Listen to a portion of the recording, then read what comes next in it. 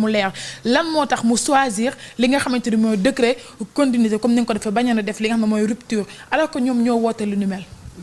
oui mais en fait xam nga dafa am en science politique li ñuy woowee l'idéal politique idéal maanaam say gént maanaam lii laa bëgg ci réew mi lii warta doxe nii la war a doxe waaye amaana ba ngay wax warta doxe nii la war a doxe da nga réere mbir lu tax muy doxe noonu boo demee nag ba toog da ngay gis lan moo tax muy doxe noonu amaana yow la nga bëggoon mu doxe mënta nekk ndax li tax muy doxe noonu loolu la ñuy wax idéal politique ak réel politique ñoom dañu jógee ci idéal politique ñëw léegi ci réel politique mooy lan mooy benn da nga fi fekk ay institution du loola neex def ñaar da nga fi fekk ay engagement yoo xamante ne nii jiitu nañ sa juddu mënoo ci dara ñett da nga fay fekk ay loi yoo xamante ne nii jiitu na sa juddu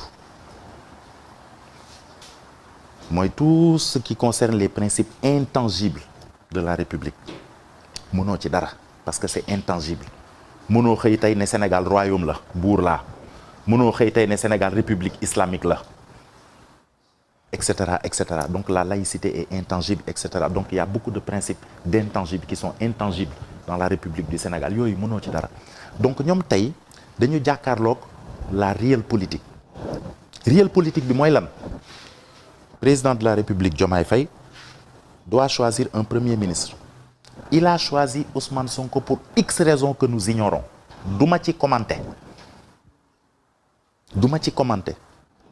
lu tax duma ci commenter mooy constitution moo ko may mu tànn tey Diomaye nomme à tous les postes civils et militaires kenn mënu ci dara constitution moo ko may tànn na Ousmane Sonko li ma mën mooy déglu Ousmane Sonko analyser son discours ne attention parce que ñun loolu mooy suñu wàll analyser ne def leen attention te xam nga. mais monsieur Ba dans son discours quelle partie fait que vous voulez attirer notre attention sur quelle partie c'est-à-dire quand il a dit nous vous pensez que c'est un système collégial wala il devrait dire je wala lan la waroon wax selon vous pour me comprendre quoi parce que ça revient tout le temps attention après avoir écouté le discours qu'est-ce que Sonko a dit qu'est-ce qu'on pourrait détecter dans son discours qui montre qu'il n'y a pas de la subordination qu'il montre qu'il n'a pas la fonction de chef de gouvernement. Cher excusez-moi non il faut que je reprécise quelque chose xam nga man je suis pas dans l'émotionnel je ne suis pas pour mu leer pour yow je n'ai jamais été avec Pastef comme moi tout comme moi waaw pour mu leer pour yow je n'ai jamais été avec Pastef et je voudrais encore repréciser autre chose pour le président Diomaye Faye je n'ai ni amour ni haine parce que ku ma xamul mënuma koo bëgg ku ma xamul mënuma koo bañ li ma mën mooy analyser des faits def na nangam. mais fait boobu laa la laaj. xam nga man sa amour ak sa haine man waxuma loolu. man li ma la laaj mooy ci discours Ousmane Sonko dama la dégg. nga ne nga alerté nga ne attention. Sonko ci li mu wax man loolu laa bëgg nga leeralal ma rek. est-ce que je peux m'exprimer? Allez-y. Je pense que nous avons tous écouté le discours ici. Oui. Nous avons entendu Ousmane Sonko parler des objectifs qu'ils se sont fixés. Ils se sont fixés des objectifs. En tant que chef de gouvernement, il se fixe des objectifs avec le président. Est-ce que je peux m'exprimer? Vous pouvez ne pas être d'accord avec moi. L'avenir jugera. J'ai attiré l'attention. Si vous ne voyez pas, peut-être que vous verrez un jour, peut-être que vous ne verrez jamais. Je n'ai pas la science infuse. Vous comprenez? Je n'ai pas la science infuse. J'ai le droit d'être optimiste. Mon cher, vous avez tous les droits. Vous avez tous les droits. Je ne suis pas dans une dynamique de confrontation. ñëwuma fi pour confrontation. Je ne suis pas dans une dynamique de confrontation. Je ne le permettrai même pas parce que bëgguma confrontation. Parce que c'est pas le lieu. Si je veux la confrontation, je vais sur le terrain politique. Et c'est une confrontation d'idées? Oui, mais non, là ce n'est plus une confrontation d'idées parce que yow da nga wax li nga gëm. Man ba tey xamoo li ma gëm. mais parce que man xam bi ma waxee li ma gëm. non yow da nga ne Sénégalais yi. non da nga ma yóbbu si émotionnel yóbbu sa bopp si rationalité. non may ma yeggale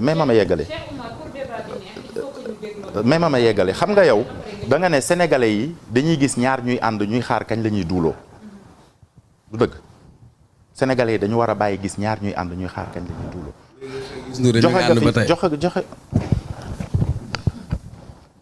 joxe nga fi ay exemple jëlee ko ci diine. C'était au 6e siècle. Nous sommes au 21e siècle. Ce n'est ni le même environnement, ce n'est ni une religion, c'est une république. Le pouvoir est jaloux. Ceux qui ont pratiqué le pouvoir savent que le pouvoir est jaloux. Et l'histoire, surtout l'histoire africaine. Mon cher. Je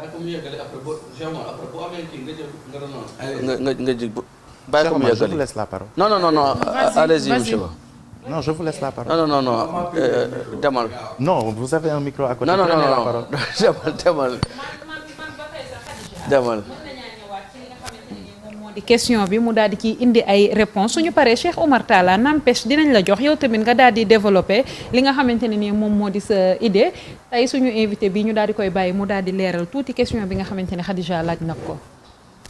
tax man ngi si delluwaat parce que dañu gis que ni discours yi njiitum réew mi président Ousmane Sonko doon amal maanaam lépp loo xamante ne bii système la da koy dégager anti système la ñu voté woon te tey nemeeku nañ ci li nga xamante ni mooy nomination yi ñu jot a def mooy 3 nominations yi ñaar ñoo xamante ni ci système bi lañ bokkoon ak li nga xamante ni moom nga ko doon leeral léegi ne décret bi ñu jël maanaam décret continuité la. oui xam nga état moom continuité la dama ci joxe exemple rek ne décret bi 2024 921 la ko yóbbu nekkul 2024 01 maanaam premier décret déedéet maanaam melul ni Macky Sall dafa dem ñu reprendre à 0 maanaam Macky Sall dem na waaye continuité la ña ko daroon ñoo dar tey Bassirou Diomaye Faye administration bi fi nekkoon moo fi ne ba tey armée bi fi nekkoon moo fi ne ba tey gendarmerie bi fi nekkoon moo fi nekk ba tey police bi fi nekkoon moo fi nekk ba tey est-ce que yaa ngi dégg donc état continuité la foofu ngay gisee gis nga boo gisee image Bassirou Diomaye taxaw sur le perron du palais di xool Macky Sall mu wane ginnaaw di dem foofu ngay xamee ni lan mooy état Macky Sall dem moom kese ña ko daroon wan ko ginnaaw daa di dar Bassirou Diomaye Faye loolu mooy république dafa am ay fondamentaux yoo xam ne ñoom ñoo fi nekk man ci loolu laay wax te foofu laay waxee donc beneen bi mooy Ousmane Sonko comme ni mu ko waxee moom moo yor le leadership naturel ñépp a ko nangul mais le leadership n'a rien à voir avec la compétence parce que man ba tey li ma wax yépp waxuma woon waxu wàllu compétence waxuma ndax Ousmane Sonko est compétent ou pas xaw ma ci dara liggéeyuma ak moom damay bàyyi ba mu liggéey poser ay actes bu ñu ko mënee analyser ñu analyser ko je ne fais pas de critique je ne fais pas tabula rasa maanaam war nañu fal Ousmane Sonko waruñoo fal Ousmane Sonko yaakaar naa bi ma fi toogee ba tey waxuma ci am déet dama ne dégg naa ci waxu Ousmane Sonko loo xamante ni nii ça témoigne d'un état d'esprit te état d'esprit boobu baaxul ci institution ni muy doxee pour ku xam institution mooy lan xam luy président de la République ci mim réew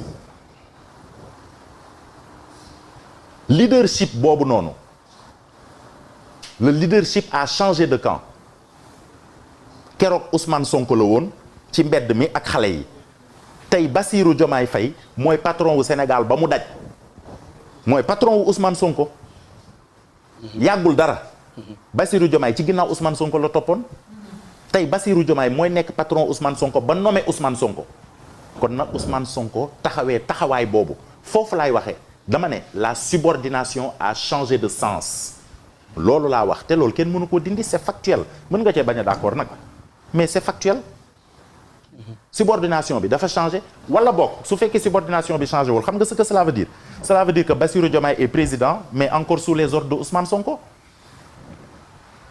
maanaam am nañu président boo xamante ni nii matul président ba Ousmane Sonko tey moo koy jiite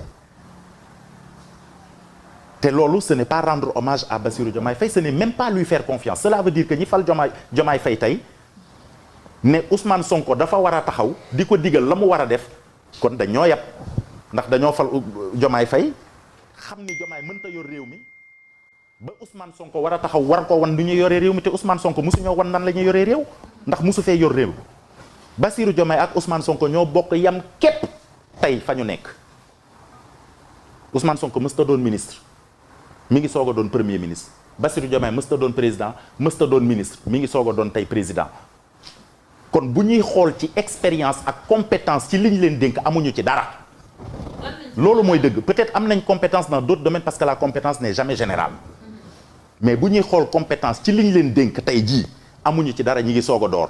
ñu ngi soog a door lan lañ ciy xaar tey lan lañu mën a xaar ci Ousmane Sonko mi soog a door ak Bassirou Diomaye Faye mi soog a door lan lañ mën a xaar ci ñoom ñu yóbbu fa Sénégal. non xam nga état du problème mu benn nit il faut que nit ñi bàyyi loolu état du président de la République du premier ministre.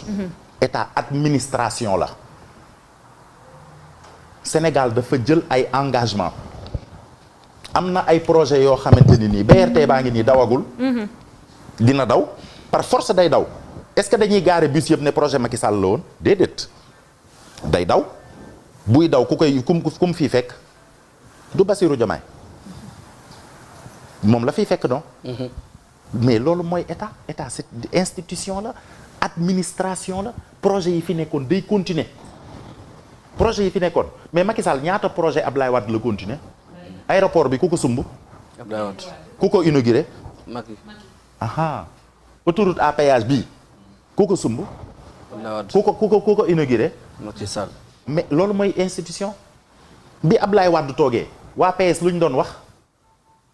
Abdoulaye Wade n'a créé aucun projet suñu ay projet la jël di ko réaliser mais il avait au moins le mérite de pouvoir les réaliser mais loolu tamit moo nar a am ci Diomaye Faye il faut que ñu bàyyi tey naka la war a mën a demee xam nga lan moo garaaw ñoom ñu ñëw ni fii dara baaxu fi dañuy reprendre à zéro bu boobaa Sénégal dina reculer de 60 ans parce que li nga xamante ne ni moo fi nekk xëyul xëy rek ne fi dafa am histoire am fu mu jógee am fu mu jaar am ay négociations am ay réalités intrinsèques yoo xam ni kenn du ko wax ca kaw. maanaam kon yow da ngaa dàq rupture daal. non dàquma rupture mais il faut une rupture intelligente ce qu'on appelle une rupture dans la continuité c'est ça qui est possible il y a pas de rupture totale rupture totale xam nga mooy lan mooy révolution ñu guerre ñu rayante dóorante ay bal mu am rupture totale ndox amul courant amul choléra bi di rey nit ñi ñuy dóorante ay bal deret tuuru nit ñi dee kenn xamatul foo jëm ñu jaxasoo bu ñu guerree ba sonn ñu ne kaay leen ñu toog nag ñu xool léegi nu ñuy def ba mën a vivre ensemble encore loolu mooy rupture. nous on n'est pas passé par une révolution suñu indépendance bii ñu am sax deret am nañ ko te deret tuuruwul c'est ce peuple là que nous sommes ñun duñu peuple lu fitna ñun loolu mooy suñu histoire te ci loolu la ñuy dox ba tey ku gis tey li nga xamante ni nii moo xew ci passation de service bi nga war a naw Sénégal xam ni fii am na une république qui est debout qui n'est pas une république banania li fi xew mars 2021 feneen fu mu xewoon Afrique dëkk ba tàq président ba daanu tey la Macky Sall di soog a génn palais ñaata yoon lañ ko bëgg a jëli palais wax ko mbëbët ko te pourtant amul te ñooñu tey ñi nga xam ne ñoo permettre woon Macky Sall mu toog ca palais ba kenn mënu ko fa jële mais ñooñu tey ñooy permettre Diomaye Faye kenn du ko fa jële ba élection jotaat liggéeyu lu ñu woon Macky Sall république bi lañ doon liggéeyal république bi la ñuy sàmm loolu mooy état fi may waxee du Diomaye war na def lii warta def lii dama jàpp ni ñoom ñaar ñëpp dañuy soog a door tey seen affaire u projet yooyu nga xam ni c'est un idéal politique qui n'est basé sur aucun fondement scientifique nañ ko teg nee ba ci kanam ñu xool jàng xool nu administration bi di doxee toog ak ñi ñu war a toogal ñu wax leen li ñu leen war a wax ñu xam Sénégal fu mu taxawee ak fu mu toll suñu économie fu mu toll xam mbóot ya ca biir yi nga xamante ni kenn du ko wax ci kaw te ñoom seen bopp mënuñu ko woon xam tant que yegguñu woon fii ñu yegg bu boobaa nag day am réajustement day am compromis bu boobaa ñaar moo mën a am.